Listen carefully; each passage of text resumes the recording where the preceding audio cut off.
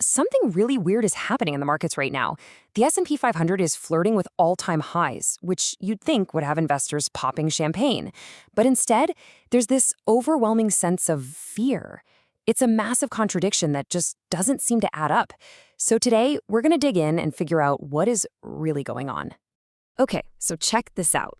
On one hand, you have the S&P 500, right? The big benchmark for the US market, and it's trading right near its record highs.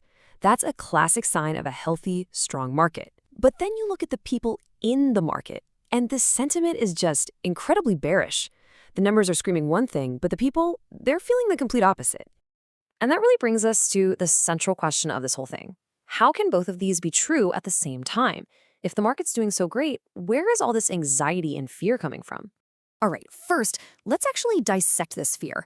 This isn't just a vibe or some bad feeling people have. No. This pessimism is measurable, and the data paints a really clear picture of widespread anxiety. Take a look at this data from the American Association of Individual Investors. In late February, almost 40% of individual investors said they were bearish, meaning they expect the market to go down. That's a much bigger slice of the pie than the bullish camp. It's a huge sign that your everyday investor is really on edge. And this nervousness isn't just some one-off data point. The CNN Fear and Greed Index, which is a really popular gauge that pulls from a bunch of different market factors, has slipped out of greed and is now sitting in neutral, literally right on the border of tipping into outright fear. The caution is palpable. And get this, it's not just small investors who are getting spooked. The big money, the institutions, they're playing defense too. A report from Bank of America says they're selling aggressively, like there were no tomorrow. And at the same time, Goldman Sachs data shows them taking on massive short positions, basically betting that stocks will fall, especially in areas like software. From top to bottom, the strategy seems to be caution. But here's where the story gets really interesting. That powerful narrative of fear, well, it isn't the whole story, not by a long shot. If you actually look past the scary headlines and the sentiment surveys, you can find these pockets of incredible strength hiding just beneath the surface. See, we need to peel back a layer here. The main S&P 500 index that you always hear about can be a bit misleading. Why? Because a tiny handful of giant tech stocks have a huge, outsized influence on its performance. So what happens when we look at all the other companies? This is where you can really see that disconnect. The traditional S&P is dragged around by a few tech giants. But if you look at the equal-weighted version, where every single company in the index has the exact same impact, the picture completely changes. That index isn't just near its highs, it's been setting new all-time highs. This tells us the market's foundation is actually much stronger and broader than the headlines want us to believe. And the signs of strength don't stop there. Emerging markets are also consistently hitting new historic highs. That shows confidence in the global economy. And meanwhile, here in the US, 10-year bond yields are falling. Now, why does that matter? Because the bond market is often called the smart money, and falling yields usually mean it's sniffing out future interest rate cuts, which is typically fantastic news for stocks.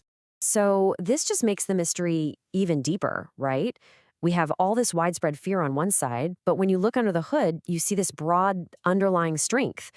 So what explains this disconnect? Why is the narrative of fear so much louder than the actual data? Well, the answer might just lie in a theory that completely reframes how we think about market volatility.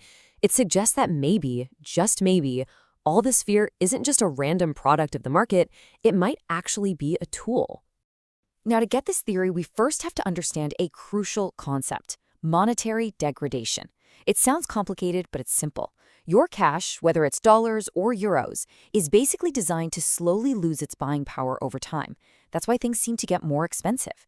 It's also why assets like stocks or real estate have to go up in price just to hold their real value. Owning assets becomes absolutely essential just to keep from falling behind. So this theory connects that reality directly to market fear. Here's how the logic goes. Step 1. We know monetary degradation is a constant, pushing asset prices up over the long run. Step 2. Now, if everyone just bought assets and held them, they protect their wealth. So to keep that from happening, sharp volatility gets injected into the system. Step 3. A sudden, scary 15% drop, amplified by a million panicked headlines, creates widespread fear.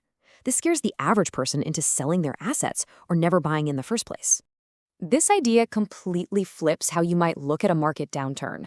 For most people, a 15% drop feels like a catastrophe. But for seasoned investors who understand that long-term upward pressure, these moments of peak fear become something totally different. They see a buying opportunity. It's like a Black Friday sale for assets, a chance to buy from all the people who are being scared out of the market. And that really leaves us with a final thought to chew on. Given the hidden strength we're seeing across the broad market and that constant reality of monetary degradation, the next time you see the headlines screaming about a 15% correction, what are you going to feel?